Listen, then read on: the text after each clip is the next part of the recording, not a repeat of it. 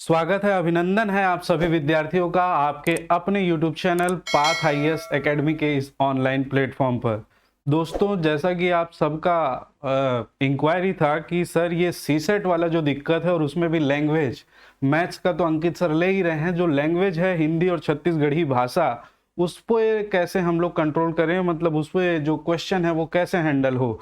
तो उसी पे ही दोस्तों आज से हम लोग एक सीरीज चालू कर रहे हैं जिसमें मोस्ट इंपॉर्टेंट आप समझिएगा, हिंदी और छत्तीसगढ़ी भाषा एक साथ मैं कवर कराऊंगा। हिंदी और छत्तीसगढ़ी भाषा को एक साथ आपको कवर करवाने वाला हूं एमसीक्यू के माध्यम से सारी चीजों पर। जैसे हम लोगों ने छत्तीसगढ़ का इतिहास देखा था वैसे ही ये पूरा सीरीज जो चलेगा और मोस्ट इंपॉर्टेंट क्वेश्चन पर चर्चा करेंगे और उसके अलावा उस सारे तथ्यों पर जिससे सवाल आपके बनते हैं। ठीक है, तो अब की बार निश्चित तौर पे सी सेट में तो कोई दिक्कत नहीं होगा आपको, ये मेरी गारंटी है अगर आप ये पूरी सीरीज देखते हैं तो। दूसरा एक इंपॉर्टेंट चीज आपको बता देता हूं कि आप में से कई लोगों का वो दिक्कत था मुहावरे लोकोक्तियां, सर उसको कैसे करेंगे। बहुत ही चित्रात्मक शैली में मैपिंग के माध्यम से मैं आपको रटवा दूंगा यहीं क्लास पे। ठीक है, तो ये सीरीज आप पूरा कंटिन्यू देखिएगा। अब देखिए आपका काम क्या है, तो आपका काम एक ही है, क्या, लाइक करना, कमेंट करना, सेशन कैसे लगा है। आप पूरा सेशन देखिए, उसके बाद आप बताइएगा आपको सेशन कैसे लगा है।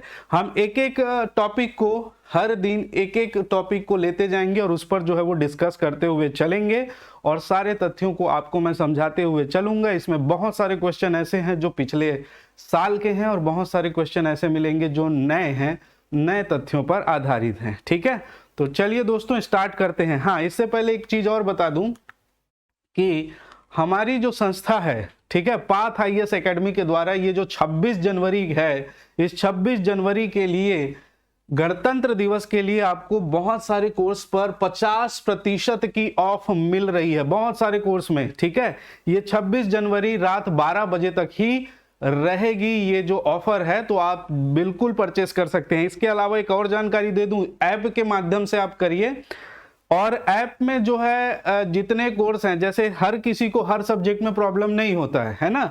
कोई मैथ्स बैकग्राउंड वाला है तो उसको मैथ्स में प्रॉब्लम नहीं है, लैंग्वेज में प्रॉब्लम है। कोई लैंग्वेज बैकग्राउंड वाला है तो उसको मैथ्स में प्रॉब्लम है। तो ये सारे पर्टिकुलर कोर्सेज अलग अलग फॉर्म में हैं। आपको केवल हिंदी जिसको परचेस करना है वो भी कर सकते हैं, केवल छत्तीसगढ़ी करना है वो भी कर सकते हैं, मैथ्स करना है अलग से, साइंस करना है, सीजीजीएस करना है, कोई भी सब्जेक्ट आपको करना है आप अलग से उसका परचेस कर सकते हैं। ठीक है, तो ये 50% ऑफ के साथ 26 जनवरी तक आपको मिलेगी। तो आप चाहें, अगर आपको लगता है कि आप किसी सब्जेक्ट में कमजोर हैं और इससे हमको पढ़ना चाहिए तो आप उसको परचेस कर सकते हैं। ठीक है, चलिए अब हम स्टार्ट करते हैं। हिंदी और छत्तीसगढ़ी भाषा एक साथ आपको देखने को मिलेगी, कैसे, प्रश्नों के माध्यम से देखते हुए चलिए। बहुत ही शानदार तरीके से आपको सारी चीजें समझा दूंगा, यहीं पर ही आप सब कर लेंगे। ये आप बस कंसंट्रेशन बनाकर रखिएगा। देखिए, प्रथम प्राकृत किस भाषा को कहा जाता है, आया हुआ प्रश्न है। प्रथम प्राकृत किस भाषा को कहा जाता है, संस्कृत को, अवहट को, अपभ्रंश को या पाली को। तो यहां पर आप समझिएगा, संस्कृत हमारी सबसे प्राचीन भाषा, पृथ्वी की उत्पत्ति के बाद जो भाषा हमको मिलती है वो है संस्कृत भाषा। आज से 3500 से भी अधिक साल पहले का प्रमाण हमको मिला है। प्रमाण के रूप में हमारे पास है हमारी वेद, ऋग्वेद। ठीक है, जिसका हमारे विद्वानों ने कालक्रम निर्धारित किया है 3500 साल पीछे। ठीक है, मतलब 1500 ईसा पूर्व का जो है वो ग्रंथ है, इसको ध्यान रखेंगे। तो संस्कृत हमारी सबसे प्राचीन ग्रंथ है। और संस्कृत में दोस्तों दो प्रकार की संस्कृत प्रचलित थी, एक वैदिक संस्कृत थी और एक उत्तर संस्कृत थी। ठीक है, संस्कृत में आप देखिएगा दो प्रकार प्रचलित थे, आप जानते ही हैं, मैं क्लास में बहुत बार बता चुका हूं। एक थी वैदिक संस्कृत, और एक था उत्तर संस्कृत। वैदिक संस्कृत को ही देव भाषा या देववाणी कहा जाता था। वैदिक संस्कृत को कहा जाता था क्या, देव भाषा या देववाणी। और क्यों कहा जाता था इसके संबंध में भी मैंने बताया है। देखिए ये एमसीक्यू क्लास है इसलिए मैं ज्यादा इसमें डिटेल में नहीं जा रहा, ठीक है, आप थोड़ा सा समझते हुए चलेंगे। देवभाषा देववाणी से तात्पर्य था देवों के द्वारा बोली जाने वाली भाषा थी वैदिक संस्कृत। क्यों? क्योंकि वेद में जो ऋचाएं हैं, वेद में जो ऋचाएं हैं दोस्तों आप जानते ही हैं, ये अगर A4 साइज कॉपी है तो ये लाइन इस प्रकार से रहते हैं। अगर वेदों की ऋचाएं पढ़ेंगे तो ये यहां से प्रारंभ होगा, यहां तक चलते रहेगा, एक शब्द खत्म नहीं होता है उसका, समझ रहे हैं? एक शब्द जो है, एक लाइन खत्म लेकिन शब्द खत्म नहीं है। तो ऐसे शब्दों को पढ़ने के लिए वो जनमानस की बात नहीं थी, ठीक है, वो बड़े बड़े विद्वान बड़े बड़े जो थे, तो इसीलिए इसको क्या कहा गया, देव भाषा या देववाणी कहा गया है, इसको ध्यान रखेंगे। इसके बाद थी उत्तर संस्कृत, इसी को ही हम क्या कहते हैं, ब्राह्मण संस्कृत। क्या कहते हैं? ब्राह्मण संस्कृत, ब्राह्मण संस्कृत कहा जाता है। तो मिटा दूं ताकि आप लोग आराम से ले सके। चलिए, तो इसी को ही क्या कहते हैं, ब्राह्मण संस्कृत कहते हैं, ठीक है। देखिए अवहट और अपभ्रंश दोनों एक ही है, अवहट और अपभ्रंश, अपभ्रंश का ही दूसरा नाम अवहट है, अविहत है, ठीक है, ये एक ही है। इसके बाद देखें पाली, पाली जो भाषा है दोस्तों वो कहलाती है हमारी प्राकृत, प्रथम प्राकृत भाषा, ठीक है, प्रथम प्राकृत, और यही हमारा इसका आंसर होगा। प्रथम प्राकृत भाषा कौन कहलाती है? पाली कहलाती है। अब देखिए पाली प्रथम प्राकृत भाषा है, और उत्तर वैदिक के बाद पाली भाषा जो है वो हमारी निश्रित हुई थी, सृजित हुई थी।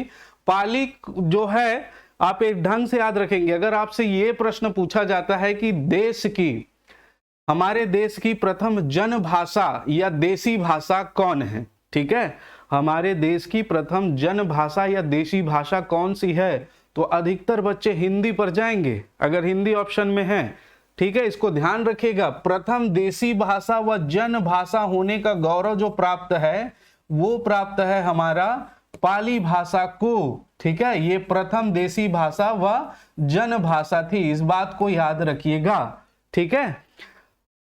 अगर क्वेश्चन पूछा जाए कि निम्नलिखित में से अनपढ़ों गंवारों की भाषा किसको कही जाती है, तो वो भी पाली भाषा को कही जाती है। और पाली भाषा में ही बौद्ध धर्म के अनुयायियों ने अपने धर्म का प्रचार प्रसार किया और अपने त्रिपिटक ग्रंथ की रचना जो की है वो पाली भाषा में ही की है। और वो त्रिपिटक ग्रंथ क्या है मैं आपसे जानना चाहता हूं, आप कमेंट करके बताएंगे। वो त्रिपिटक ग्रंथ क्या है आप जरूर कमेंट करके बताइएगा, ठीक है। तो देखिए एक प्रश्न था और लगभग मैंने इससे संबंधित कई सारे प्रश्न यहां से ले लिए। तो इस प्रकार से जितने भी क्वेश्चन होंगे उसको हम बहुत डिटेल में और वृहद स्तर पर अध्ययन करते हुए चलेंगे, आप निश्चिंत रहिए, ठीक है। तो यहां तक सबका क्लियर है? कोई डाउट होगा तो आप कमेंट बॉक्स में जो है अपना प्रश्न रख सकते हैं। चलिए दूसरे प्रश्न पर चलते हैं। पूर्वी हिंदी किस अपभ्रंश से निकली है? ठीक, तो इस प्रकार के प्रश्न जो है वो पूछ लिए जाते हैं और ऐसी स्थिति में हमको ये निश्चय करना होता है, आप देखेंगे जब आप प्रश्न पेपर देने जाते हैं तो वहां पर एक चीज आपको लिखा रहता है कि सबसे उचित उत्तर का चुनाव कीजिए, ठीक है, सबसे उचित उत्तर का चुनाव कीजिए। अब यहां दिक्कत क्या थी? तो यहां दिक्कत ये थी कि अपभ्रंश हमको 7 रूप में मिलते हैं। कौन कौन सा रूप है? तो आप जानते हैं सौरसेनी अपभ्रंश, दूसरा है खस अपभ्रंश, तीसरा है ब्राचड़ अपभ्रंश, चौथा है महाराष्ट्रीय अपभ्रंश, पांचवा है हमारा महाराष्ट्री हो गया, ब्राचड़ हो गया, पैसाची अपभ्रंश,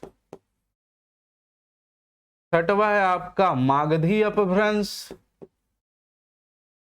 और सातवां है आपका अर्ध मागधी अपभ्रंश, अर्ध मागधी अपभ्रंश, ठीक है। तो ये 7 रूपों में हमको अपभ्रंश प्राप्त हुए, ठीक। इसके बाद जो है 18 बोली यहां से 5 प्रकार की हिंदियों का जन्म यहीं से आपको देखने को मिलता है। मैं केवल हिंदी लिख रहा हूं, निकले तो बहुत सारे, चलिए मैं सभी लिख देता हूं ताकि आपको ध्यान में रहे। पहला पश्चिमी हिंदी, पश्चिमी हिंदी, दूसरा हम बात करें यहां पर गुजराती, गुजराती क्योंकि तीनों से प्रश्न पूछा गया है, और एक है राजस्थानी हिंदी, राजस्थानी हिंदी, ठीक है। इसके बाद खस से देखें तो पहाड़ी हिंदी, पहाड़ी हिंदी। ब्राचर से देखें तो सिंधी, सिंधी। महाराष्ट्री से मराठी, बैसाखी से पंजाबी और लहंदा, लहंदा। मागधी से देखें तो असमिया, बंगाली, उड़िया और असमिया, बंगाली, उड़िया और एक बिहारी हिंदी, ठीक है। तो यहां से असमिया, उड़िया, बांग्ला और है बिहारी हिंदी, बिहारी हिंदी। अर्धमागधी से देखें तो पूर्वी हिंदी, अर्धमागधी से क्या, पूर्वी हिंदी। तो यहां से आप समझ सकते हैं इतने भागों में जो है वो अपभ्रंश का और विस्तार हुआ, और अलग अलग क्षेत्र में जो भाषाएं बोली जाती हैं उन भाषाओं का जन्म हुआ। इसकी भी विस्तृत कहानी है, लेकिन हमारे जो एग्जाम में वो कहानियों से प्रश्न नहीं आएगा, आप निश्चिंत रहिए। तो इन यहां तक आप समझते हुए चलेंगे। देखिए अब यहां पर देखें, अर्धमागधी से पूर्वी हिंदी जन्मा, और पूर्वी हिंदी से फिर अवधी, अवधी, बघेली, बघेली और छत्तीसगढ़ी का जन्म हुआ, छत्तीसगढ़ी भाषा का जन्म यहां पर हुआ है, ठीक है। अब देखिए आपको क्वेश्चन कई प्रकार से पूछा जा सकता है। पहला कि पूर्वी हिंदी किस अपभ्रंश से निकली है के स्थान पर छत्तीसगढ़ी का जन्म किस अपभ्रंश से हुआ है, छत्तीसगढ़ी भाषा का जन्म किस अपभ्रंश से हुआ है। और आपको जो है वो ऑप्शन, सारा ऑप्शन दे दिया जाएगा और पूछा जाएगा, ठीक है। दूसरा आपको पूछा जाएगा छत्तीसगढ़ी का जन्म निम्नलिखित में से किस भाषा से हुआ है, वहां पर अर्धमागधी भी रहेगा, पूर्वी हिंदी भी रहेगा और इसके अलावा अपभ्रंश भी रहेगा। तब इस स्थिति में आपको ढंग से ध्यान रखना है। देखिए मेरा प्रश्न आप बहुत ढंग से समझिएगा दोस्तों, ठीक। यहां पर प्रश्न पूछा गया कि छत्तीसगढ़ी भाषा का जन्म निम्नलिखित में से किससे हुआ है, ठीक है, किस भाषा से हुआ है। यहां पर आपको दे दिया अपभ्रंश, दूसरा ऑप्शन आपको दे दिया अर्धमागधी अपभ्रंश, और तीसरा ऑप्शन दे दिया पूर्वी हिंदी। ऐसी स्थिति में क्या करेंगे, तो बहुत ढंग से ध्यान रखेंगे। ऐसी स्थिति में आपको करना कुछ नहीं है, सबसे उचित, सबसे निकट जिसका है उसका चुनाव करना है, और सबसे निकट जो है वो क्या है, छत्तीसगढ़ी। क्या है, छत्तीसगढ़ी पूर्वी हिंदी के, ठीक है। तो पूर्वी हिंदी आपको यहां पर आंसर लेना पड़ेगा। क्या लेना पड़ेगा, पूर्वी हिंदी। ओके, मेरे ख्याल से सभी को क्लियर है। दूसरा एक प्रश्न इसी में से और पूछा गया था कि छत्तीसगढ़ी, छत्तीसगढ़ी जो है वो अवधी, बघेली, ये इसकी क्या कहने, क्या है, बहनें हैं, बहन बोलियां। छत्तीसगढ़ी के साथ जन्म लेने वाली बहन बोलियां कौन कौन सी हैं, ये भी प्रश्न आया था। तो आप ध्यान रखेंगे अवधी और बघेली। सीरीज क्या था, तो संस्कृत। संस्कृत उस समय दो रूपों में प्रचलित था, जैसा कि मैंने बताया, वैदिक संस्कृत और उत्तर संस्कृत। पिछला साइड देखिए, वैदिक संस्कृत और उत्तर संस्कृत। इसके बाद जन्म हुआ पाली का, और पाली के बाद हुआ प्राकृत का, प्राकृत के बाद हुआ दोस्तों अपभ्रंश। वो भाषा जो है, अपभ्रंश का मतलब होता है भाषा जो है वो विकृत हो गई, बिगड़ गई, भ्रष्ट हो गई, ठीक है। तो इसी को ही भ्रष्ट भाषा, विकृत भाषा, अविहत, अवहट, कई नामों से जाना जाता है अपभ्रंश को। तो बहुत ढंग से आपको इन सब चीजों को ध्यान रखना है। तो इस प्रश्न के अनुसार यदि हम उत्तर देखें तो आपको मिल गया है अर्धमागधी। ऑप्शन डी इसका करेक्ट आंसर होगा। ऑप्शन डी क्या होगा, इसका करेक्ट आंसर होगा, ठीक है।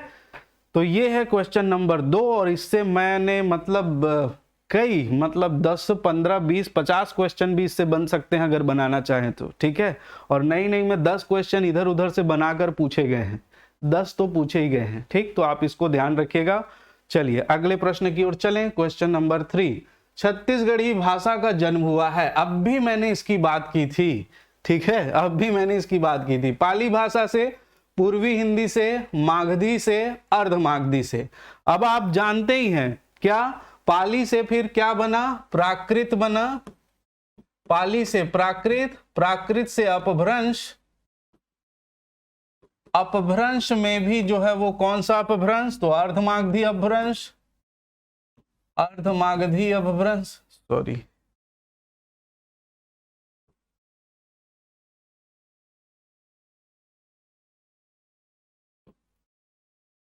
अर्धमागधी अपभ्रंश। और अर्धमागधी अपभ्रंश से हमारा जन्म हुआ किसका, पूर्वी हिंदी, और पूर्वी हिंदी से फिर जन्म हुआ है छत्तीसगढ़ी, छत्तीसगढ़ी। ठीक है, तो यहां पर क्या पूछा, छत्तीसगढ़ी भाषा का जन्म किससे हुआ है, तो आप बहुत ढंग से आंसर लगा लीजिएगा। क्या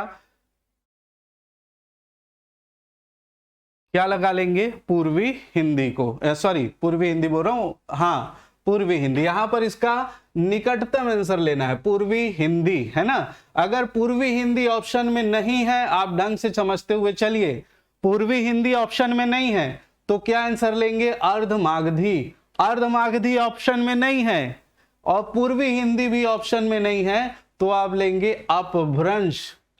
ठीक है, इस प्रकार से आपको प्रश्नों को सॉल्व करना पड़ेगा। ठीक, चलिए आगे चलें नेक्स्ट प्रश्न की ओर। चलिए, जिस भाषा द्वारा संपूर्ण देश में विचार विनिमय होता हो और उसमें सामाजिक, थोड़ा सा प्रिंटिंग मिस्टेक है, सामाजिक, धार्मिक तथा राजनीतिक विचारों को व्यक्त करने की क्षमता हो, उसे कहते हैं। जिस भाषा द्वारा संपूर्ण देश में क्या होता है, विचार विनिमय होता है। विचार विनिमय से तात्पर्य है एक दूसरे के हम विचार जानते हैं, एक दूसरे की भाव दशा चेष्टा का आदान प्रदान करते हैं, वो विचार विनिमय है। उसमें सामाजिक, धार्मिक तथा राजनीतिक विचार सम्मिलित होते हैं। बिल्कुल, हम जो है वो आपस में बैठकर घर में धर्म की बातें, समाज की बातें, राजनीति की बातें हम विचार आदान प्रदान करते हैं, तो उसे कौन सी भाषा कहेंगे। ठीक है, तो उसे आप ढंग से ध्यान रखेंगे, उसे कौन सी भाषा कहते हैं, तो उसे राष्ट्रभाषा कहते हैं। क्या कहते हैं उसको, राष्ट्रभाषा कहते हैं, ये आप समझिएगा, राष्ट्रभाषा। और हमारी राष्ट्रभाषा क्या है यदि पूछा जाए तो हमारी राष्ट्रभाषा अभी घोषित नहीं है। यदि अघोषित राष्ट्रभाषा की बात करें तो हमारी अघोषित जो राष्ट्रभाषा है वो है हिंदी। हमारी अघोषित जो राष्ट्रभाषा है वो क्या है, हिंदी है दोस्तों। ठीक है, अब यहां पर देखिए राजभाषा आया है। राजभाषा किसे कहेंगे, तो आप ध्यान रखिएगा, राजभाषा उस भाषा को कहा जाता है जब दो सरकारी संस्थाओं के मध्य, ठीक है, दो सरकारी संस्थाओं के मध्य क्या होता है, पत्र व्यवहार जो होता है, या एक राज्य से दूसरे राज्य के मध्य, या एक जिला से दूसरे जिले के मध्य जो पत्र व्यवहार होता है वो किस में होता है, जिस भाषा में होता है। ठीक है, सरकारी कामकाज जिस भाषा में होता है उस भाषा को उस राज्य की या उस देश की राजभाषा कहते हैं। ठीक है, वहां का सरकारी कामकाज, यदि देश की बात करें तो देश में एक राज्य से दूसरे राज्य में जिस भाषा में पत्र व्यवहार होता है, वहां सरकारी कामकाज जिस भाषा में होता है उसको हम उसकी राजभाषा कहते हैं। यदि राजभाषा की बात करें छत्तीसगढ़ की तो भारत की, तो भारत में जो है वो राजभाषा है हिंदी और दूसरी राजभाषा है अंग्रेजी, क्योंकि अंग्रेजी में भी हम जो है वो पत्र व्यवहार करते हैं और हिंदी में भी पत्र व्यवहार करते हैं, और कार्यालय जो काम है वो हिंदी में भी और अंग्रेजी दोनों भाषा में संचालित होता है। यदि मातृभाषा, देखिए मातृभाषा यहाँ पर दिया हुआ है, मातृभाषा वो भाषा होती है जब व्यक्ति जन्म लेता है तो अपनी माँ की कोख से जब वो पैदा होता है तो जिस समाज में वो पलता बढ़ता है, अपने परिवार की, समाज की जिस भाषा को वो ग्रहण करता है उसे उसकी मातृभाषा कहते हैं। यदि बात करें मानक भाषा की, तो मानक भाषा वो भाषा होती है, देखिए हर जगह भाषा का स्वरूप आपको अलग अलग मिलेगा। अगर आप उत्तर की ओर जाएंगे तो उत्तर भारत में जो है वो हिंदी का स्वरूप अलग मिलेगा। आप दक्षिण भारत में जाएंगे तो दक्षिण भारत में तो हिंदी एक तो मिलेगा नहीं, और मिलेगा तो विकृत रूप में। पूर्व पश्चिम की ओर जाएंगे तो राजस्थानी हिंदी, पश्चिमी हिंदी, इनका एक अलग अलग स्वरूप आप देखेंगे। तो उन्हीं स्वरूपों को अब भैया पूरे देश में हम हिंदी में पत्र व्यवहार करना है, और आप सोचिए कि हर भाषा का स्वरूप अलग अलग होगा, तो वैसे में कैसे आप एक रूपता ला पाएंगे। एक मतलब मैं अगर कुछ वर्ड का प्रयोग कर रहा हूं तो वहां भी वो चीज चलनी चाहिए, तभी आप समझ पाएंगे उसको, है ना। यहाँ पर 52 वर्ण है और राजस्थान में 56 वर्ण है, और यदि हम बात करें उत्तर प्रदेश में 85 वर्ण है, तो ऐसे में तो शब्दों का फिर वो संबंध स्थापित ही नहीं हो पाएगा, एक रूपता तो आ ही नहीं पाएगी। इसी स्थिति को भाषा में एक रूपता लाने के लिए हमारे भाषाविदों ने, हमारे भाषा वैज्ञानिकों ने भाषा के जिस रूप को ग्रहण किया है पूरे भारत के लिए, ठीक है, पूरे भारत के लिए भाषा के जिस रूप को मानकीकृत कर दिया जाता है, मानक मान लिया जाता है, उसी भाषा को मानक भाषा कहते हैं। क्या कहते हैं उसको? मानक भाषा कहते हैं। मेरे ख्याल से स्पष्ट हो जाना चाहिए आपका। चलिए आगे चलते हैं अगले प्रश्न की ओर। क्वेश्चन नंबर 5, डॉक्टर नरेंद्र देव वर्मा के अनुसार छत्तीसगढ़ी भाषा में स्वरों की संख्या है। यह प्रश्न पूछा गया है, और छत्तीसगढ़ी व्याकरण में मैं एक चीज बता दूं कि यहां पर जब 2018 में बिलासपुर में छत्तीसगढ़ी राजभाषा आयोग की संगोष्ठी आयोजित की गई थी, तो अब वर्तमान में ये समझ लीजिए कि हिंदी के जो 52 वर्ण हैं और लिपि जो है देवनागरी लिपि, उसको यथा स्थिति अंगीकृत कर लिया गया है छत्तीसगढ़ के लिए, परंतु ऑफिशियल नोटिफिकेशन नहीं जारी किया गया है अभी तक, इसलिए आप सिर्फ याद रखेंगे ये अंगीकृत किया गया उसके द्वारा, लेकिन यहाँ पर हमारी सरकार द्वारा उसमें कोई भी संशोधन या उसमें कोई भी स्थिति को स्पष्ट नहीं किया गया। जब हो जाएगी तो हम 52 वर्ण मानेंगे छत्तीसगढ़ में। छत्तीसगढ़ी भाषा में कितने वर्ण होते हैं? 52 वर्ण। तो नरेंद्र देव वर्मा के अनुसार छत्तीसगढ़ी भाषा में स्वरों की संख्या पूछी गई है, तो स्वरों की संख्या कितनी होती है? 8 होती है। स्वर किसे कहते हैं? तो आप जानते हैं जिन वर्णों का उच्चारण स्वतंत्रता पूर्वक किया जा सकता है, जिन वर्णों के उच्चारण में हमें किसी दूसरे वर्णों की सहायता नहीं लेनी पड़ती है, जिस वर्ण का उच्चारण करते समय प्राण वायु मुख विवर से सीधे अंदर से बाहर की ओर निकल जाती है, उस वर्ण को हम क्या कहते हैं? स्वर वर्ण कहते हैं। और डॉक्टर नरेंद्र देव वर्मा के अनुसार छत्तीसगढ़ी भाषा में स्वरों की संख्या कितनी है? 8 है। यदि टोटल स्वर देखें छत्तीसगढ़ी में, नरेंद्र देव वर्मा जी ने 8 बताए हैं, लेकिन देखिए एक आ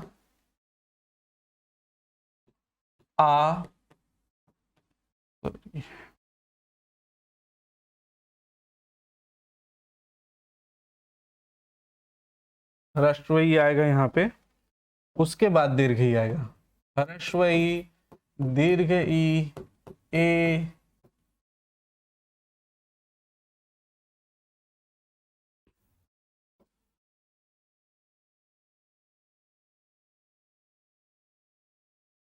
यहाँ पर उ और उ को लिखेंगे हम लोग, ई और दीर्घ ई, उ और दीर्घ उ, और होगा ए और होगा ओ।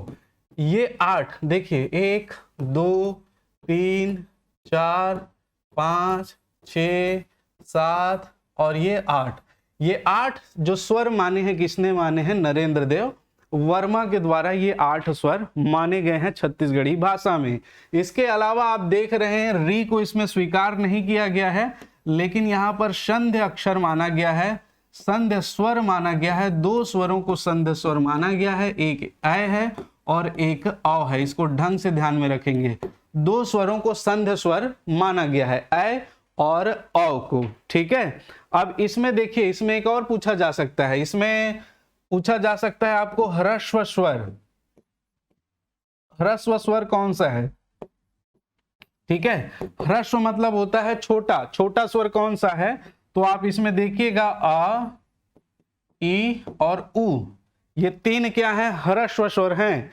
और छत्तीसगढ़ी में वर्मा जी के द्वारा यदि दीर्घ स्वर की बात करें, दीर्घ स्वर कितना है? तो 8 में 3 गया, 5 कौन कौन सा बचेगा? आ, दीर्घ ई, दीर्घ उ, और बचेगा ए और बचेगा ओ, ये 5 जो है वो दीर्घ स्वर हैं। ठीक, तो स्वर कितने हैं? 8। संध्य स्वर पूछेगा 2, ए और औ। ह्रस्व स्वर पूछेगा तो आ, ई और उ, और दीर्घ स्वर पूछेगा तो 5 होता है आ, दीर्घ ई, दीर्घ उ, ए और ओ। तो इस प्रकार से हम देखें तो डॉक्टर नरेंद्र देव वर्मा के अनुसार छत्तीसगढ़ी भाषा में 8 स्वर हैं।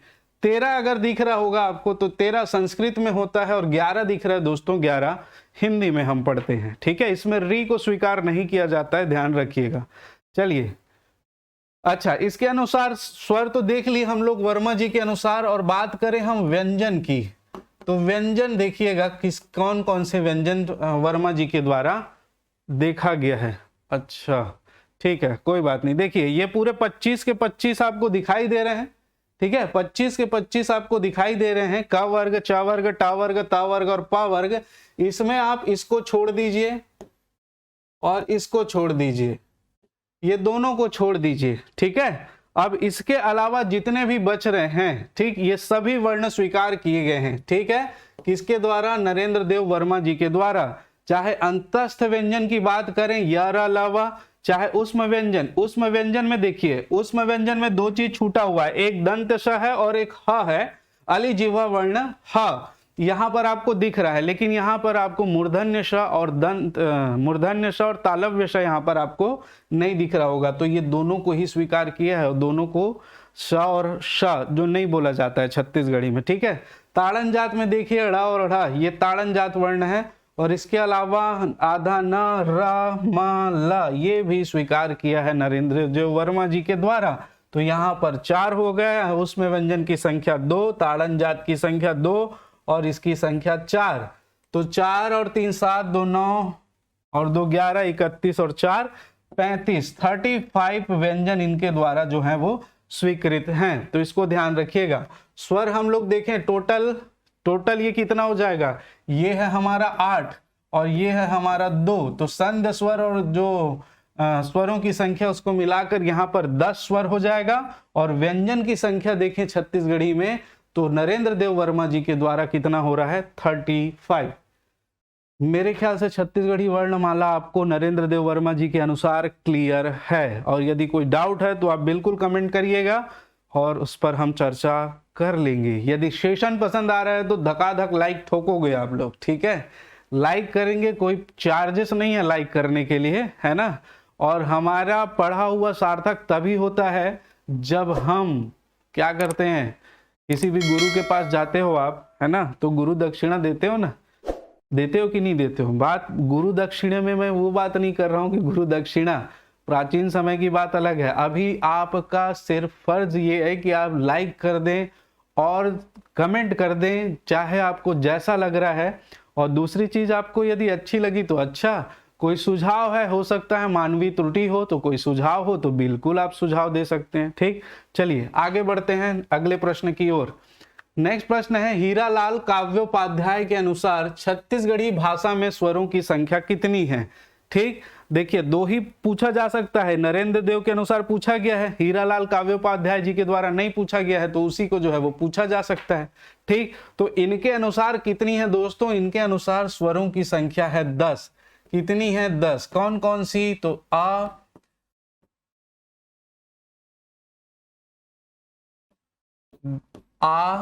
ह्रस्व ई, दीर्घ ई, ह्रस्व उ, दीर्घ उ, ए ओ और औ। ये कितने हैं? तो ये हैं 10। ठीक है, 1 2 3 4 5 6 7 8 9 और 10। तो इसके अनुसार यदि हम वर्णों की बात करें हीरालाल काव्योपाध्याय जी के अनुसार, तो इसकी संख्या है 10। तो इसको आप ध्यान रखेंगे। ठीक है, 10 है, आपको मैंने बता दिया है। ठीक, अब इसके अनुसार देखिए कितने हैं, मतलब व्यंजन कितने हैं। स्वर तो हम लोग देख लिए, तो व्यंजन दोस्तों यहां पर छूट गया है। यहां पर आएगा अंगा और यहां पर आएगा य, तो ये भी इसमें शामिल है, इसको ध्यान रखिएगा। ठीक है, अंगा और य भी इसमें शामिल है। मैं लिख देता हूं पहले यहां पर, ये अंगा और य ये दोनों इसमें शामिल है। ठीक है, अब देखिए आप लोग, तो ये पूरे के पूरे कितने हो गए, क वर्ग, च वर्ग, ट वर्ग, त वर्ग और प वर्ग के 25 व्यंजन यहां पर आपको दिखाई दे रहे हैं। ठीक है, क ख ग घ अंगा, च छ ज झ या, ट ठ ड ढ ण, त थ द ध न, प फ ब भ म। तो यहां पर कितना 25। और बात करें इन्होंने अंतस्थ व्यंजन को स्वीकार किया है तो य र ल व बिल्कुल 4 यहां पर आप देखेंगे। इसके अलावा बात करें उसमें व्यंजन, तो उसमें व्यंजन में 2 को इन्होंने स्वीकार किया है और ताड़न जात वर्ण यहां पर 2 स्वीकार किया गया है। तो 25 और 4 29 और 2 31 और 2 33 आपको देखने को मिलेगा। तो इससे पहली स्लाइड में देखा था हमने स्वर कितना है 10 है, यहां पर व्यंजन आपको दिखाई दे रहा है कितना है 33 है। और याद रखिएगा हीरालाल जी ने हमारे जो अयोगवाह वर्ण हैं उनको भी स्वीकार किया है, अयोगवाह वर्ण। अब अयोगवाह वर्ण क्या है दोस्तों, तो अयोगवाह वर्ण की संख्या कितनी है 2 है। अयोगवाह वर्णों की संख्या कितनी है 2 है। आगे हम लोग प्रश्न पर चर्चा करेंगे, आएगा। ठीक, तो यहां पर टोटल वर्ण देखेंगे तो इसमें भी हमको दिखता है कितना 45। ठीक, तो इस प्रकार से याद रखिएगा। तो स्वर कितने हैं हीरालाल काव्योपाध्याय जी के अनुसार, छत्तीसगढ़ी में आप लोगों ने बहुत अच्छे से समझ गए होंगे। नरेंद्र देव वर्मा यदि आपसे प्रश्न पूछेगा तो यहीं से पूछेगा, और यदि 52 वर्णों से प्रश्न पूछा जा रहा है तो आप हिंदी के अनुसार ही आंसर देंगे। ठीक है, यदि आपको इसकी विशेषताएं पूछा जा रहा है मात्रा के आधार पर, है ना, जिह्वा स्थिति के आधार पर, होस्ट आकृति के आधार पर, किसी भी आधार पर इसका वर्गीकरण पूछा जाता है तो आप 52 वर्णों को ही रेफरेंस लेंगे, आप ध्यान रखिएगा। ठीक है, चलो अगले प्रश्न की ओर चलें। मेरे ख्याल से ये शानदार सेशन आपको आनंदित कर रहा होगा। चलिए क्वेश्चन नंबर 6, संविधान के किस अनुच्छेद में कहा गया है कि संघ की राजभाषा हिंदी और लिपि देवनागरी होगी। ठीक है, लिपि क्या होगी, देवनागरी होगी। किसमें कहा गया है, तो ये एकदम डायरेक्टली पूछा गया प्रश्न है और आप सभी जानते हैं 343 के आर्टिकल 1 में जो है वो ये कहा गया है कि हमारे संघ की राजभाषा हिंदी होगी और लिपि क्या होगी, देवनागरी लिपि होगी। ठीक है, चलिए आगे चलें। नेक्स्ट देखें 7, भारत में हिंदी को आप किस वर्ग में रखेंगे, ये भी पूछा गया प्रश्न है। भारत में हिंदी को आप किस वर्ग में रखेंगे। राजभाषा मैंने बता दिया है राजभाषा क्या होती है और आप अच्छे से जानते हैं।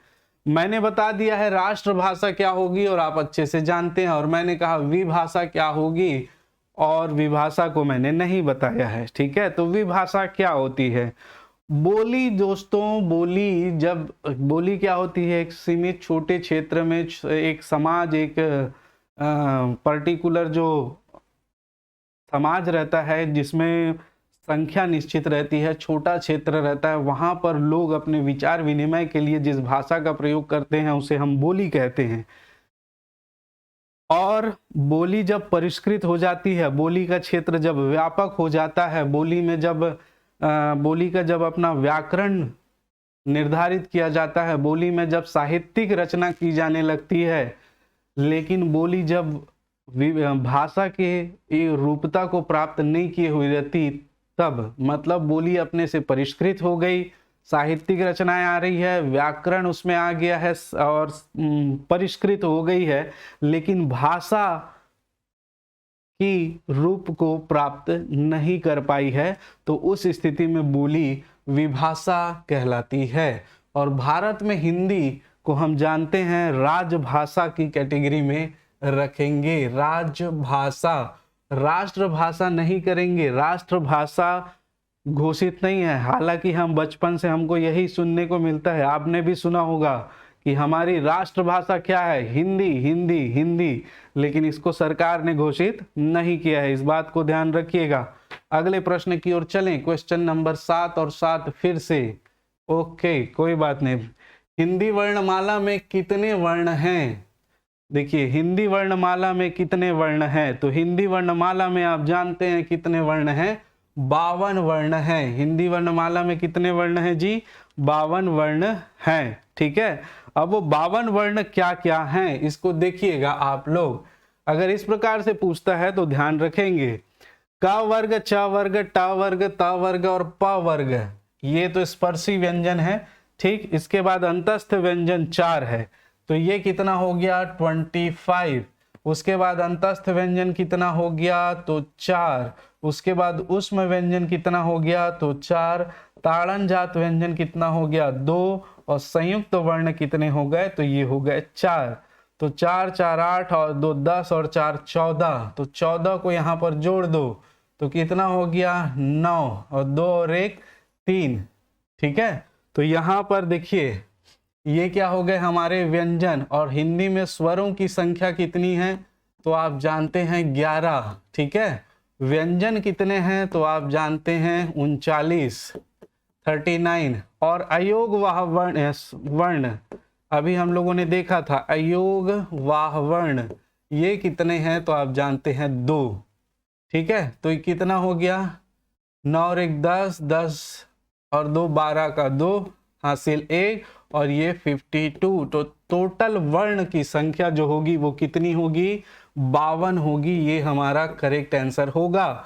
और यहीं पर यदि मूल वर्णों की संख्या पूछ दी जाती तो ढंग से याद रखेंगे, 11 स्वर और 33 व्यंजनों को मिलाकर मूल वर्णों की संख्या 44 है। ठीक है, मूल वर्णों की संख्या कितनी है 44 है। और एक याद रखेंगे, अरबी और फारसी के वर्णों को जो स्वीकृत किया गया है उसको मिलाकर यदि वर्णों की संख्या पूछता है तो उसकी संख्या 57 है। यदि इस प्रकार का प्रश्न आएगा तो आप याद रखेंगे हिंदी में स्वरों की संख्या 11 है और व्यंजनों की संख्या 33 है और टोटल अगर बात करें तो 52 है। ठीक, कोई भी दिक्कत हो तो आप बिल्कुल कमेंट करिएगा। चलिए नेक्स्ट क्वेश्चन नंबर 9, स्वर की उपयुक्त परिभाषा कौन सी है। अभी मैंने बताया था और आप देख के बता सकते हैं, जिन ध्वनियों के उच्चारण में हवा नहीं निकलती, जो ध्वनियां सुनने में मधुर होती है, जिन ध्वनियों के उच्चारण में हवा मुख विवर से अबाध गति से निकलती है, इनमें से कोई नहीं। अब सिंपल है दोस्तों, ध्वनियों के उच्चारण में हवा नहीं निकलेगी तो ध्वनि सुनाई कैसे देगा। ठीक है, और जो ध्वनियां सुनने में मधुर लगती है, मतलब क्या मधुर तो बहुत सारी चीजें लगती हैं, गाना, गीत, संगीत, मधुर भाषा, प्रेम की भाषा, बहुत सारी भाषा जो है वो मधुर होती है।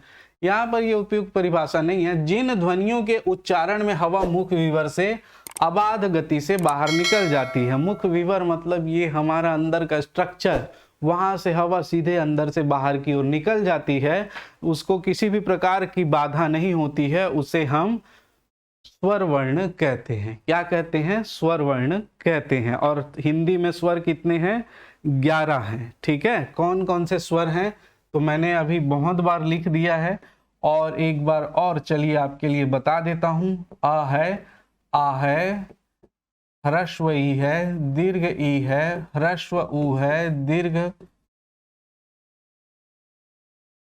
दीर्घ ऊ है, और इसमें जो शामिल है वो री है, इसके बाद ए है, संयुक्त ए है, ओ है और अ है। तो ये टोटल जो है वो 11 हमारे पास हिंदी में स्वरों की संख्या होती है। चलिए आगे चलें। क्वेश्चन नंबर 10, दो स्वर सजाती स्वरों के संयोग से बने होते हैं, उन्हें कहते हैं। अब सबसे पहले तो आपको ये समझना पड़ेगा सजाती स्वर क्या होता है। ठीक है, देखिए सजाती स्वर उन स्वरों को कहा जाता है, ठीक, सजाती स्वर उन स्वरों को कहा जाता है जिन स्वरों का उच्चारण स्थान, ठीक है, उच्चारण स्थान एक ही जगह से, जिसका उच्चारण एक ही जगह से हो, तालव्य आदि जो है वो एक ही जगह से जिसका उच्चारण होता है, एक ही स्वरूप जिसका होता है, उसको सजाती स्वर कहते हैं। ठीक, जैसे देखिए आ और अ एक सजाती स्वर है ना, और यहाँ से जो बनता है वर्ण वो बनता है आ। एक है ई प्लस ई, ह्रस्व ई, बनता है दीर्घ ई। और एक सजाती स्वर है आपका ऊ, और ऊ से ऊ जब मिलेगा तो बनेगा दीर्घ ऊ। अब ये जो है वो सजाती स्वर है ना, तो सजाती स्वर से मिलने के बाद जो बनता है उसे हम क्या कहते हैं, दीर्घ स्वर कहते हैं। क्या कहते हैं, दीर्घ स्वर। और इसकी संख्या कितनी है, 3 है। ठीक है, इसकी संख्या कितनी है? 3 है। आप बहुत ढंग से समझेंगे, ठीक। सजाती स्वरों के संयोग से बनता उसे दीर्घ स्वर कहते हैं और उसकी संख्या 3 है। लेकिन कब? उत्पत्ति के आधार पर। किसके आधार पर? उत्पत्ति के आधार पर हम लोग बात कर रहे हैं, ठीक है। यदि हम बात करें उच्चारण समय के आधार पर या मात्रा के आधार पर, तो उच्चारण समय या मात्रा के आधार पर दीर्घ स्वरों की संख्या 7 होती है, ठीक है। यहां पर 3 है। देखिए यहां पर आप समझो भाई, उच्चारण समय के आधार पर या मात्रा के आधार पर,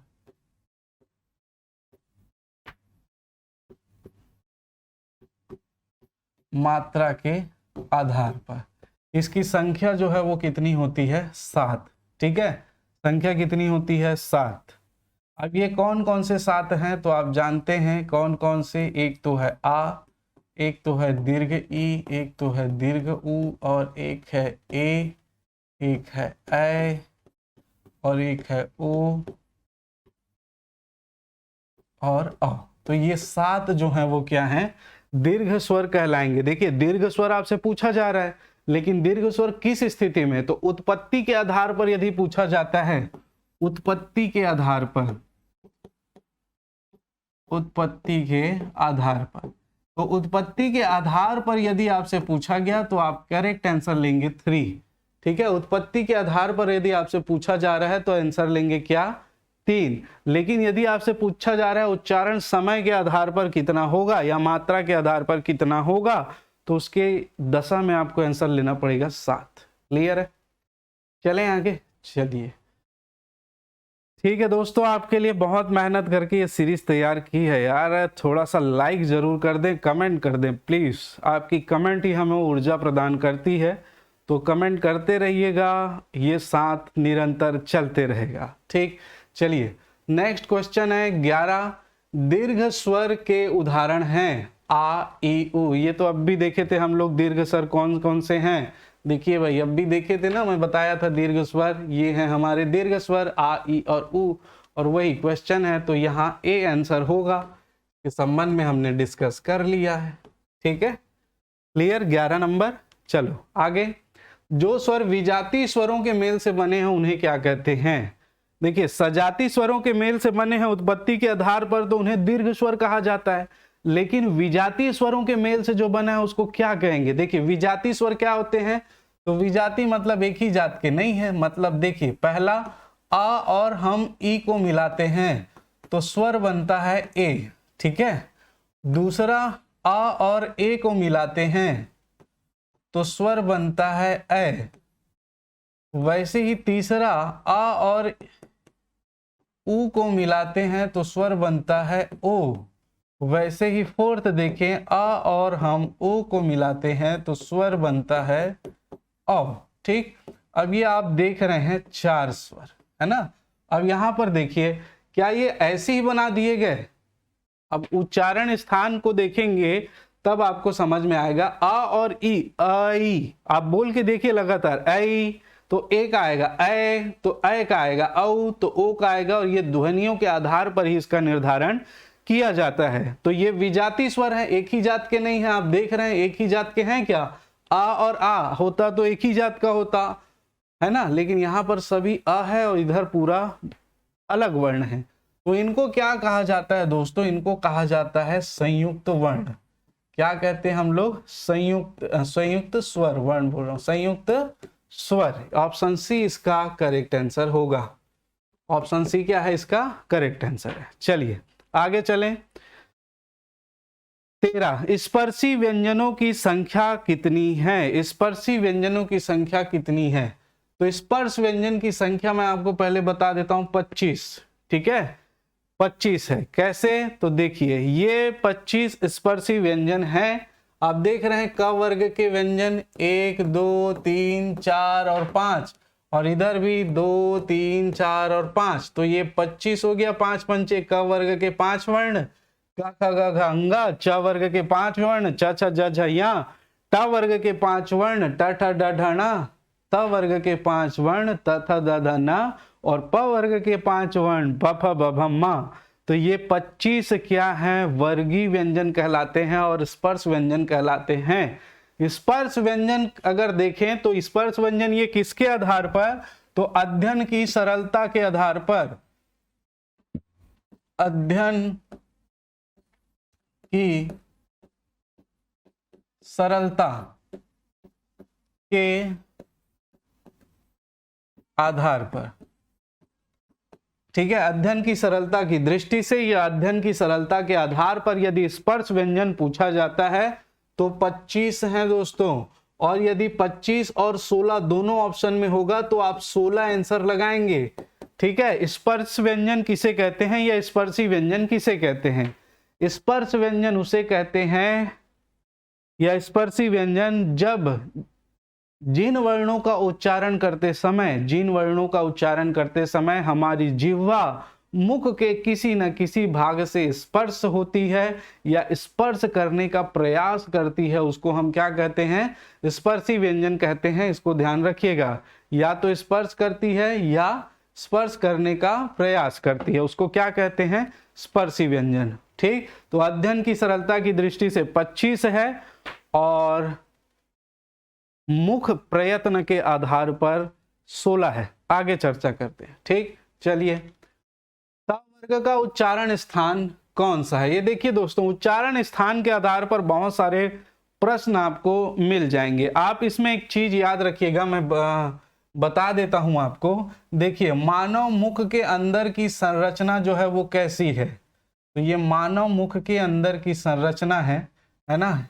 यहाँ पर इसको आप दांत समझ लीजिए, यहाँ पर इसको आप ओष्ठ समझ लीजिए, और यहाँ पर जो है वो क्या है? मसूड़ा है, और ये जो है वो तालु है, और ये जो है वो कंठ है। कंठ, तालु,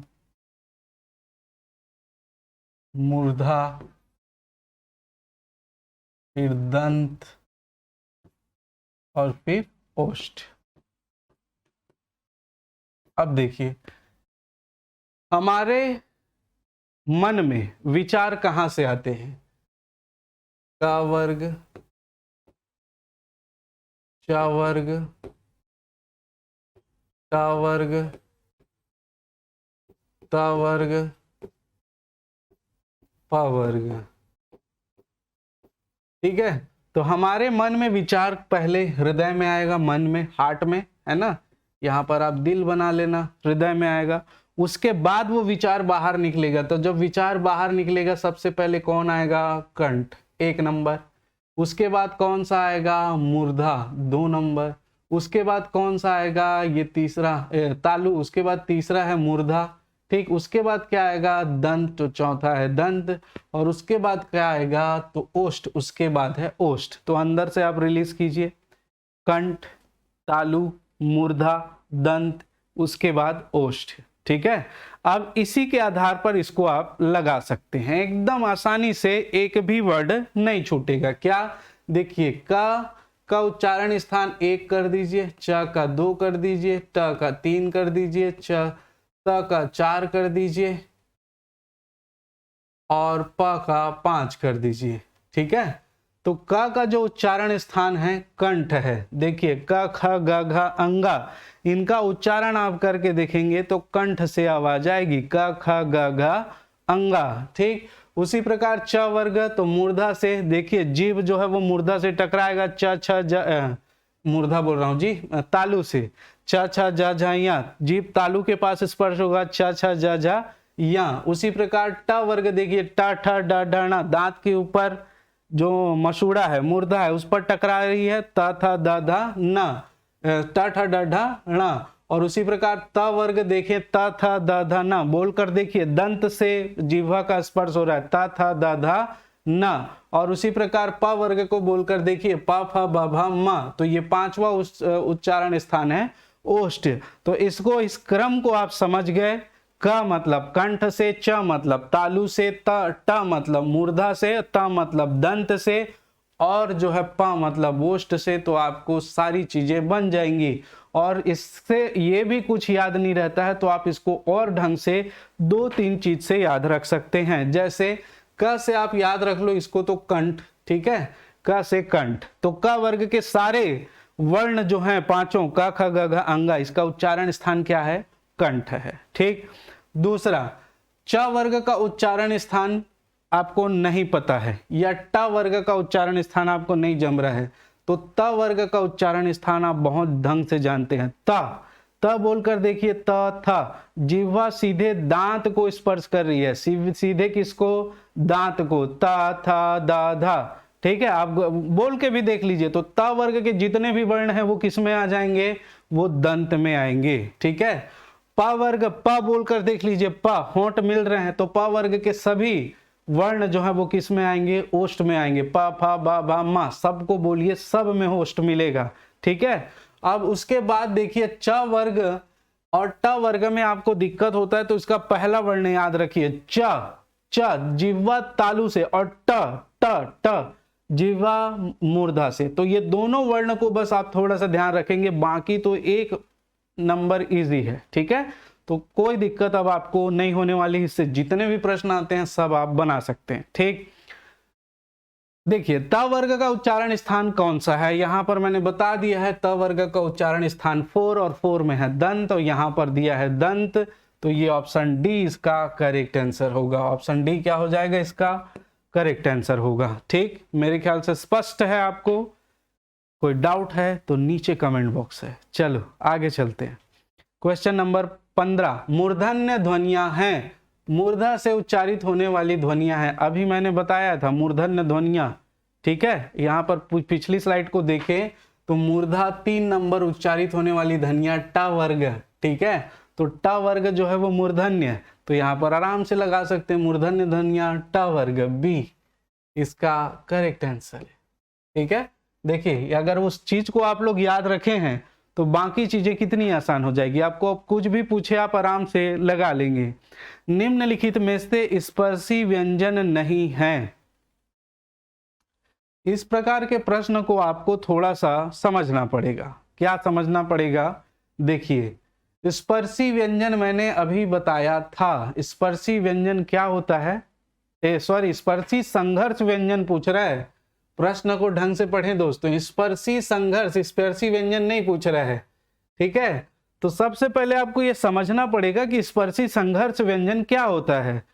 तो ऐसे व्यंजन वर्ण जिनका उच्चारण करते समय जिह्वा मुख के किसी न किसी भाग से स्पर्श करती है और हवा जो है वो बाहर निकलने के लिए हवा को, प्राणवायु को संघर्ष करना पड़ता है। ठीक है, उसे हम स्पर्शी संघर्ष कहते हैं। ठीक, और कौन सा है? तो च वर्ग वाले हैं। ठीक है, ये भी मैं बता ही देता हूं। तो देखिए च ऊपर स्पर्श कर रहा है और हवा बाहर निकलने के लिए संघर्ष भी कर रहा है। जैसे क कोई हो रहा है कुछ नहीं, च बोलने में छ ज है ना, ये संघर्ष कर रहा है। ठीक है, तो इसे ही हम स्पर्शी संघर्ष व्यंजन कहते हैं। तो च वर्ग के चारों वर्ण देखिए, च छ ज झ और ये 4 वर्ण हैं। तो ये चारों वर्ण स्पर्शी संघर्ष व्यंजन कहलाते हैं। चारों वर्ण क्या कहलाते हैं? स्पर्शी संघर्ष व्यंजन कहलाते हैं। तो यह क्या कहलाता है? तो यह कहलाता है दोस्तों नासिक के व्यंजन। और यह ही नहीं, इसके अंतर्गत सभी जो आते हैं पंचम वर्ण वर्गीय व्यंजन है, जो स्पर्शी व्यंजन है, उस स्पर्शी व्यंजन के अंतिम के 5 वर्ण नासिक के व्यंजन कहलाते हैं। जैसे आपने अंतिम का वर्ग का अंतिम वर्ण है अंगा। ठीक है, च वर्ग का अंतिम वर्ण है या, ट वर्ग का अंतिम वर्ण है ण, त वर्ग का अंतिम वर्ण है न, और प वर्ग का अंतिम वर्ण है म। तो ये पांचों के पांचों दोस्तों क्या कहलाते हैं? नासिक के व्यंजन कहलाते हैं। चूंकि इसका उच्चारण करने के लिए मुख हवा जो है वो नाक से भी निकलती है। या, अणा, म, न, नाक से निकल रही है, इसीलिए इसको नासिक के व्यंजन कहते हैं। अब आप आराम से उत्तर लगा लीजिए। तो च वर्ग के प्रथम 4 वर्ण या को छोड़ दीजिए, या नासिक के व्यंजन है और यही हमारा आंसर है। ठीक है, क्लियर है। चलिए अगले प्रश्न की ओर चलते हैं। नासिक के व्यंजनों की संख्या कितनी है? देखिए यहाँ पर मैंने आपको लिख के दिखाई दिया है, ये 1, ये 2 और ये 3, ये 4 और ये है आपका 5। तो नासिक के व्यंजनों की संख्या कितनी है? ऑप्शन बी इसका करेक्ट आंसर होगा। कितनी है? तो 5 है।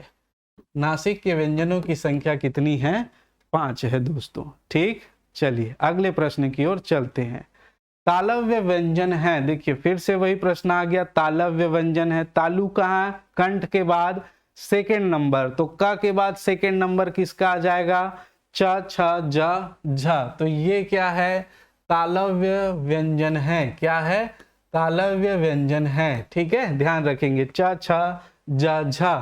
ठीक, ये तालव्य व्यंजन भी है और स्पर्श संघर्षी व्यंजन भी है। देखिए बहुत सारी कैटेगरियां होती है, आपने अभी पढ़ रखा होगा तो बिल्कुल आप लोग को ध्यान होगा। और मेरे जो स्टूडेंट हैं वो लोग तो बहुत धड़ल्ले से बनाएंगे, क्योंकि ये सारी चीज़ें हम लोगों ने क्लास में बहुत बारीकी से डिस्कस की हुई है और आप सबको ये पता होगा। ठीक है, चलो अगले प्रश्न की ओर चलते हैं। ल कौन सा व्यंजन है? ल, देखिए ला अगर बात करें तो या, रा, लावा ये सभी किस में आते हैं? अंतस्थ व्यंजन में आते हैं। किस में आते हैं? अंतस्थ व्यंजन में। लेकिन ला को देखिए, इसके और भी कैटेगरी मैं बताया, उच्चारण प्रयत्न के आधार पर 8 भागों में इसको बांटा गया है। ठीक है, तो उस उच्चारण प्रयत्न के आधार पर 8 भागों में बांटा गया, उसी में से ही एक प्रकार इसका हम देखते हैं। ला कौन सा वर्ण है? तो ला को देखिए, ला बोल के देखिए, ला बोलेंगे तो ये जिह्वा जो है ला तालू से टकराते हुए मूर्धा के बीच में ये टकराता है ला, और हवा जो है हवा को गैप देता है और हवा के दोनों ओर से, जीभ के दोनों ओर से हवा प्राणवायु जो है वो बाहर की ओर निकलती है। देखिए मैं एक शब्द यूज कर रहा हूं, प्राणवायु, प्राणवायु, और कई लोग बच्चे कंफ्यूज हो रहे हैं, ये प्राण का वायु कौन सा वायु है ना? तो प्राणवायु कुछ नहीं है दोस्तों। प्राण मतलब जीवन के लिए आवश्यक जो हवा है, जो हम सांस ले रहे हैं, उन्हीं को व्याकरण में हम प्राणवायु कह देते हैं। ठीक है, तो देखिए ला जब हम बोलते हैं तो जिह्वा ऊपर तालु और मूर्धा के बीच में स्पर्श करता है और हवा दोनों बगल से बाहर की ओर निकलती है। ठीक है, और बगल को कहते हैं पार्श्व। जिह्वा के बगल से हवा बाहर निकलती है, तो जिह्वा के बगल से जो हवा बाहर निकलती है उन दोनों बगल को पार्श्व कहा जाता है, और इसीलिए ल को पार्श्विक व्यंजन कहते हैं। क्या कहते हैं? पार्श्विक व्यंजन कहते हैं। क्यों कहते हैं? क्योंकि इसका उच्चारण करते समय हवा जो है वो जिह्वा के दोनों ओर से बाहर की ओर निकलती है। ठीक है, तो इसको बहुत ढंग से आप ध्यान रखिएगा। चलें आगे। चलिए इसके और भी औक्षिप्त व्यंजन, स्पर्शी, संयुक्त, मैं सभी चीजें बताऊंगा, आप टेंशन मत रखिए। संयुक्त व्यंजन छ का सही विच्छेद है, इसको कई बार पूछा जाता है। संयुक्त व्यंजन किसे कहते हैं? यदि एक लाइन में अगर हम इसका डेफिनेशन देना चाहें तो ये कह सकते हैं कि 2 व्यंजन और एक स्वर से बना जो वर्ण है उसको संयुक्त व्यंजन कहा जाता है। क्या कहा जाता है? 2 व्यंजन और एक स्वर से निर्मित जो वर्ण है उसको संयुक्त व्यंजन कहेंगे। अब यहां पर देखिए तो क श कुछ नहीं होगा, कश ये भी कुछ नहीं होगा। अब क और श तो इसी का ही ये रूप है, क और श। यहां पर देखिए आधा का, ठीक है, जिसको आप आधा कहते हैं एक्चुअल में वो है पूरा, और ये श में अ मिल गया तो ये बनता है क्ष। क्या बनता है? क्ष। ठीक है, और इसका लिखावट भी कुछ इसी प्रकार से था, इसीलिए इसको हमारे विद्वानों ने जो है वो एक रूप प्रदान कर दिया जिसको हम छ के माध्यम से जानते हैं। देखिए इसको ऐसे लिखेंगे, और इसको जब ऐसे लिखेंगे तो लिखने का जो है वो तरीका क्या बन जाता है? इस प्रकार से बन जाता है। ठीक है, तो इसी को छ का जो अगर सही वो देखेंगे इसका वर्ण विच्छेद तो ये होगा हमारा आंसर डी। ठीक है, मेरे ख्याल से आप लोगों को बहुत जबरदस्त तरीके से क्लियर हो गया। चलो आगे बढ़ते हैं। क्वेश्चन नंबर 21, सभी स्वर निम्न प्रकार में आते हैं। सभी स्वर निम्न प्रकार में आते हैं। देखिए यहां पर अल्प प्राण दिया है ऑप्शन, महाप्राण दिया है ऑप्शन, दोनों में या दोनों में नहीं। अल्प प्राण क्या है और महाप्राण क्या है? देखिए अल्प प्राण उसे कहेंगे जब हम किन्हीं वर्णों का जब हम उच्चारण करते हैं तो हवा जो है वो कम मात्रा में बाहर निकलती है, उसे हम अल्प प्राण कहते हैं। और जब हम किन्हीं वर्ण का उच्चारण करते हैं तो हवा ज्यादा मात्रा में बाहर निकलती है, तो उनको हम महाप्राण वर्ण कहते हैं। ये स्वर और व्यंजन दोनों में ही अलग अलग किए जाते हैं। स्वर किस में आते हैं तो ध्यान रखिएगा, मैं आपको बता देता हूं, सभी स्वर जो है वो अल्प प्राण वर्ण में आते हैं। ठीक है, अल्प प्राण वर्ण में आते हैं स्वर। तो इसका जो आंसर आप देख ही रहे हैं, ए करेक्ट आंसर होगा। ए क्या होगा? Correct answer. अब यहां पर व्यंजन दिया हुआ है, अब इस व्यंजन में कौन कौन सा वर्ण, देखिए इस प्रकार से प्रश्न आते हैं और आप जो है वो फंस जाते हैं। ठीक है, तो इन व्यंजनों में कौन कौन सा वर्ण जो है वो अल्प प्राण होगा और कौन कौन सा महाप्राण होगा, तो इसको देख लीजिए। देखिए अल्प प्राण को हम ए लिख देते हैं, ए से डिनोट करते हैं, ए से अल्प, और महाप्राण को हम एम से, महाप्राण को किससे करेंगे? एम से। तो यहां पर आप लिख दीजिए ये ए। अच्छा, कलर चेंज कर लेते हैं हम, यहां पर लिख दीजिए आप ए, यहां पर एम, ए एम, और फिर से ए एम घड़ी बताता है ना आफ्टर मिडनाइट प्रीमियर मिडनाइट, तो ये ए एम ए। ठीक, तो यहां पर ए जहां पर लिखा है ये सभी अल्प प्राण हैं। ए जहां जहां लिखा है ये सभी क्या हैं? अल्प प्राण हैं। और एम जहां जहां लिखा है वो सभी क्या हैं? महाप्राण है। मतलब किसी भी वर्ग का प्रथम, तृतीय और चतुर्थ वर्ण अल्प प्राण, पंचम वर्ण अल्प प्राण होता है, और किसी भी वर्ग का द्वितीय और चतुर्थ वर्ण जो है वो महाप्राण होता है। तो आप इस प्रकार से आप इसको याद रखेंगे, एक एक वर्ण को याद रखने की जरूरत नहीं है। आराम से इत्मीनान से आंख बंद करके देखेंगे तो आपसे क्वेश्चन बन जाएगा, कोई भी तकलीफ आपको नहीं होने वाली है। ठीक है, चलिए अगले प्रश्न की ओर चलते हैं। निम्नलिखित में से अघोष व्यंजन हैं। अघोष व्यंजन और घोष व्यंजन दो प्रकार के होते हैं, एक होता है घोष और एक होता है अघोष। और इसी घोष को हम अघोष भी सघोष भी कह देते हैं। इसी को हम क्या कह देते हैं? सघोष व्यंजन भी कह देते हैं। अब देखिए अघोष और सघोष को आप कैसे पहचानेंगे? ठीक, अघोष और सघोष को आप कैसे पहचानेंगे जी? कौन कौन सा है? प्रत्येक वर्ग का दूसरा वर्ण, प्रत्येक वर्ग का तीसरा वर्ण, प्रत्येक वर्ग का चौथा वर्ण, या प्रत्येक वर्ग का पांचवा वर्ण। तो यहां भी आप ट्रिक्स फॉलो करेंगे। अघोष को हम ए लिख देंगे और घोष या सघोष को जी, जी से घोष, है ना। तो घर में जो स्त्रियां होती हैं वो अपने पति को कैसे बुलाती हैं? ए जी, सुनते हो, बस इसी को ही याद रखना है। ए और जी लंबा, ए जी, सुनते हो। ठीक, तो प्रत्येक वर्ग का प्रथम और द्वितीय वर्ण जो होगा वो होगा अघोष वर्ण, और प्रत्येक वर्ग का तृतीय, चतुर्थ और पंचम वर्ण जो होगा वो होगा सघोष वर्ण। ठीक है, तो निम्नलिखित में से अघोष पहचानना है आपको।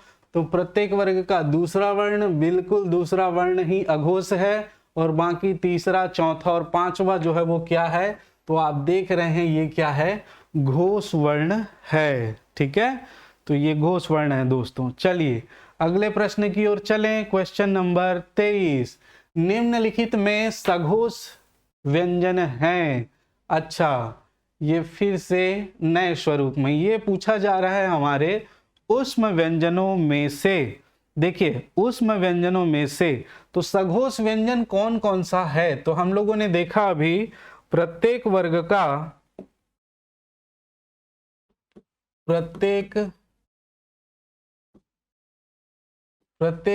का सघोष या घोष व्यंजन कौन कौन सा? तो प्रत्येक वर्ग का जो है वो हमारा तृतीय वर्ण, चतुर्थ वर्ण और पंचम वर्ण, ये क्या है?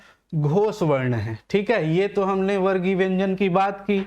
इसके अलावा और कौन कौन से जो है वो सघोष व्यंजन हैं, तो यहां पर याद रखेंगे सघोष व्यंजन है या, र, ल, व, ये अंतस्थ व्यंजन सघोष व्यंजन है, और ह ऊष्म व्यंजन में ह जो है वो सघोष व्यंजन है। ठीक है, ह जो है वो क्या है, सघोष व्यंजन है, इसको ध्यान रखिएगा। ठीक है, यहां पर हमने देखा था ना जी पिछली स्लाइड में, ये ए जी ये सारे क्या हैं, घोष व्यंजन है या सघोष व्यंजन कह सकते हैं। और इसी स्लाइड में हम बात करें, सॉरी इस स्लाइड में हम बात करें तो ये य, र, ल, व और ह ये भी क्या है, घोष व्यंजन है या सघोष व्यंजन इसको हम कहते हैं। ठीक है, ध्यान रखिएगा। इसके अलावा सभी स्वर घोष व्यंजन में आते हैं। ठीक है, सभी स्वर भी किस में आते हैं, घोष व्यंजन में आते हैं या सघोष व्यंजन में आते हैं, इसको भी ध्यान रखेंगे। ठीक, चलिए आगे चलें। मेरे ख्याल से इसमें उत्तर आपका क्लियर हो गया, कौन सा है, तो डी, हाँ, ये जो है वो क्या हो गया, घोष व्यंजन। अच्छा, इसके अलावा आपको सभी स्वर, यहाँ इसमें लिख देता हूं, सभी स्वर भी घोष व्यंजन की श्रेणी में आते हैं। ठीक, चलो नेक्स्ट क्वेश्चन की ओर।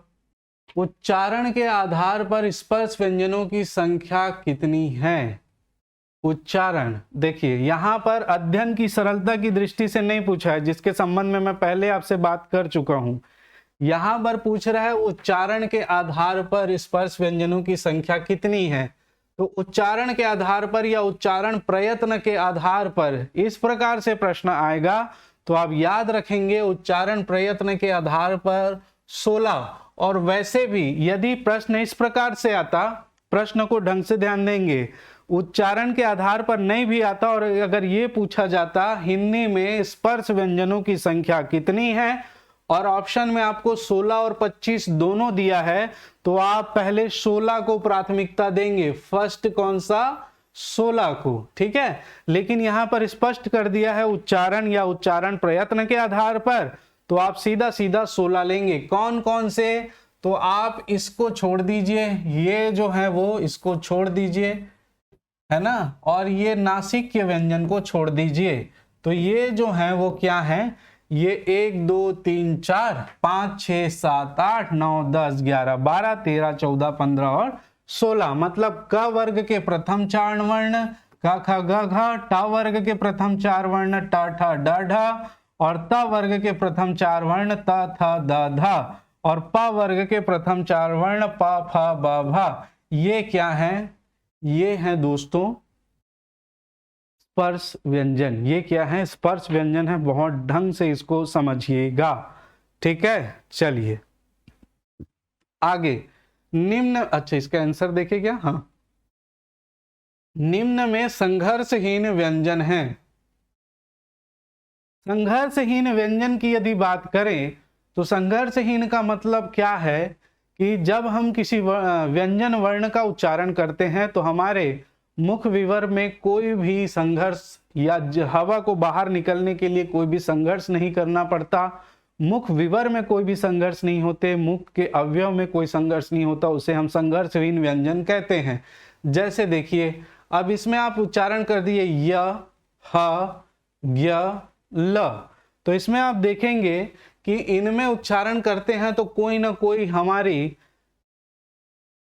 मुख के अवयव को संघर्ष करना पड़ता है हवा बाहर निकालने के लिए। ठीक है, ह, अलिजिह्वा घंटी को प्रेशर देना पड़ता है हवा को। ठीक, ज्ञ, अब करके देखिए, ल जिह्वा, य बोल के देखिए, य, कहीं कहीं पर पावर लग रहा है, नहीं लग रहा है, सिंपल। तो किसी भी प्रकार का इसको संघर्ष करना नहीं पड़ रहा है, इसीलिए हम इसको क्या कहते हैं, संघर्षहीन व्यंजन कहते हैं। देखिए इसको परिभाषिक शब्दावली में मैं बताऊं तो आपको तकलीफ हो जाएगी, है ना, तो आप परीक्षा की दृष्टि से फिलहाल याद रखिए, जब आप क्लासेस में होंगे तब हम बहुत विस्तृत रूप से इसकी चर्चा करेंगे। ठीक है, संघर्षहीन क्यों कहते हैं। चलिए, तो इसमें आंसर आपको दिख ही रहा है, ए इसका करेक्ट आंसर होगा। ठीक है, आगे प्रश्न की ओर चलें। प्रकंपित वर्ण 26 देखिए, प्रकंपित वर्ण है, प्रकंपित वर्ण या कह लीजिए लुंठित वर्ण। ठीक है, कौन सा है, तो आप इनमें उच्चारण करके भी देखेंगे तो भी समझ जाएंगे। य र ल व, ऐसा कौन सा वर्ण है जिसका उच्चारण करने से आपकी जिह्वा कंपित हो रही है, प्रकंपित हो रही है? कौन सा वर्ण है? तो आपको बहुत स्पष्ट रूप से समझ में आ जाएगा, वो वर्ण है र। र कीजिए, जिह्वा का ऊपरी भाग तालू के पास जो है वो प्रकंपित, कंपित होता है। देखिए दोस्तों, ये जो परिभाषा बनी है, ये जो व्याकरण बना है, वो ऐसे ही नहीं बन गया है ना। व्याकरण के पीछे बहुत सारे विद्वानों ने वैज्ञानिक तौर पर इसको स्पष्ट किया है, तब इसकी स्पष्टता आई है जिसको हम आज पढ़ते हैं। हालांकि अभी भी पूर्णतः स्पष्ट नहीं है, लेकिन जितनी चीजें बताई गई हैं वो बिल्कुल तर्कों के आधार पर वैज्ञानिक दृष्टिकोण से सिद्ध किया हुआ है। तो आप र का उच्चारण करेंगे, र को क्या कहा जाता है? प्रकंपित वर्ण या लुंठित वर्ण। ठीक है, चलिए ये हो गया हमारा 26 का आंसर। नेक्स्ट देखें, ताड़न जात वर्णों की संख्या है। देखिए, ताड़न जात वर्णों की संख्या, यदि आप मेरी पहली स्लाइड को ध्यान रख रहे होंगे, पहली दूसरी वर्णों से संबंधित शायद 7वां 8वां क्वेश्चन रहा होगा, उसमें मैंने आपको स्पष्ट रूप से बताया था क्या कि ताड़न जात वर्णों की संख्या कितनी है? तो 2 है। और कौन कौन सी है ये भी मैंने वहां पर लिखा हुआ है, एक ड़ा है और एक अड़ा है। ठीक है, एक ड़ा है और एक अड़ा है। अब देखिए दोस्तों, ये जो वर्ण है इनको ताड़न जात वर्ण कहते हैं। ठीक है, द्विगुण व्यंजन कहते हैं, द्विगुण व्यंजन, द्विगुणित व्यंजन, ताड़न जात व्यंजन, उच्छिप्त व्यंजन, इसी को ही कहा जाता है। ठीक है, ध्यान रखिएगा, उच्छिप्त व्यंजन भी इसी को कहते हैं, ताड़न जात व्यंजन भी इसी को कहते हैं, द्विगुण व्यंजन भी इसी को कहते हैं। क्यों कहते हैं ये सारी चीजें आपको मैं बता देता हूं। देखिए, पहला ताड़न जात वर्ण, हमारे पास 2 वर्गीय व्यंजन है, एक ड और एक ढ के नाम से हम जानते हैं। ठीक है, ताड़न जात मतलब ताड़ना मतलब देखना, और आपने खूब ताड़ा होगा और अभी भी ताड़ रहे होंगे, जहां कुछ अच्छा दिखा ताड़ने लग जाते हैं, है ना। तो ये ताड़ना खैर नयन सुख वाली बात है। ठीक, तो ये ताड़ना, इन वर्णों को देखकर जो वर्ण उत्पन्न हुआ है, जिन वर्णों का निर्माण हुआ है, उसे हम ताड़न, देखकर उत्पन्न हुआ। ड को देखकर ड़ उत्पन्न हुआ है और ढ को देखकर ढ़, तो इसको हम क्या कहते हैं? ताड़न जात वर्ण कहते हैं। पहली बात। दूसरा, उच्छिप्त व्यंजन। उच्छिप्त का अर्थ होता है ऊपर फेंकना। उच्छिप्त का अर्थ क्या होता है? ऊपर फेंकना। और जब हम इनका उच्चारण करते हैं तो जिह्वा जो है ऊपर की ओर फेंकती है। जब करिए, अड़ा ऊपर टकराता है, फेंकता है, अड़ा ऊपर फेंक रहा है, इसीलिए इसको उच्छिप्त व्यंजन भी कहा जाता है। अब आए हम लोग द्विगुण व्यंजन या द्विगुणित व्यंजन में। तो देखिए, ये अड़ा और अढ़ा जो है वो ड और ढा का भी गुण धारण करती है और अड़ा और ढ़ा का भी, मतलब 2 गुण हैं, इसके भी हैं और ये अपना स्वयं का, इसीलिए इसको हम द्विगुणित व्यंजन या द्विगुण व्यंजन भी कहते हैं। और इसकी संख्या कितनी है? 2। ठीक है, चलिए आगे चलें नेक्स्ट प्रश्न की ओर। निम्नलिखित में से अयोगवाह वर्ण है। देखिए दोस्तों, अयोगवाह वर्ण की बात करें तो अयोगवाह वर्ण 2 होते हैं। 2, एक तो अनुस्वार, अनुस्वार जिसको आप क्या कहते हैं? बिंदी, ऊपर में बिंदी लगी होती है जिसको हम ऐसे दर्शा देते हैं। ठीक है, और दूसरा है, ये पहला, और दूसरा है आपका विसर्ग। विसर्ग जिसको हम ऐसे दर्शाते हैं, है ना, 2 बिंदुओं से, इस प्रकार से। तो यहां पर देख लीजिए आप, निम्नलिखित में से अयोगवाह वर्ण कौन सा है? तो आपको दिख ही रहा होगा, बी जो है वो क्या है? अयोगवाह वर्ण है। अब बात आती है कि इसको अयोगवाह वर्ण क्यों कहा जाता है। ठीक है, अयोगवाह वर्ण क्यों कहा जाता है? तो आप समझेंगे क्या कि इन वर्णों का जब हम उच्चारण करते हैं, ये वर्ण जो है वो कभी भी व्यंजन वर्णों के साथ जुड़कर प्रयोग नहीं होते हैं।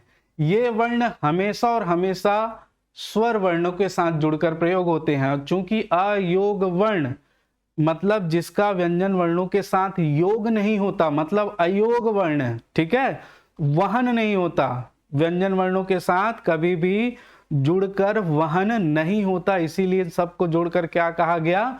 अयोग वाह वर्ण, ये हमेशा और हमेशा किसके साथ प्रयोग आते हैं? स्वर व्यंजन, स्वर वर्ण के साथ प्रयोग आते हैं। तो आप इस बात को ध्यान रखिएगा, ठीक है। चलिए नेक्स्ट प्रश्न, निम्नलिखित में से किस भाषा की आधारभूत इकाई ध्वनि है? ठीक है, किस भाषा की आधारभूत इकाई ध्वनि है? तो आप जानते हैं मौखिक भाषा। मौखिक भाषा, मौखिक भाषा बिना ध्वनि के बोल ही नहीं सकते। लिखित भाषा की आधारभूत इकाई वर्ण है, लिखते हैं।